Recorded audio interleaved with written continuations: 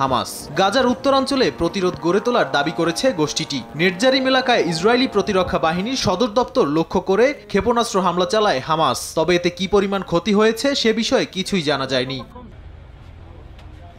Israeli আগ্রাসনের বিরুদ্ধে নিজেদের প্রতিরোধ অব্যাহত রেখেছে ইরান সমর্থিত লেবাননের সশস্ত্র সংগঠন হিজবুল্লাহ। এদিন আকাশসীমা লঙ্ঘন করে ইসরায়েলি যুদ্ধবিমান লেবাননে ঢুকে পড়ায় হামলা চালায় গোষ্ঠীটি। হিজবুল্লাহর একের পর এক হামলার কারণে ভেঙে পড়েছে ইসরায়েলের শিক্ষা ব্যবস্থা। গোষ্ঠীটির হামলার কারণে বিভিন্ন শিক্ষা প্রতিষ্ঠান বন্ধ রাখার কথা জানিয়েছে তেল আবিব।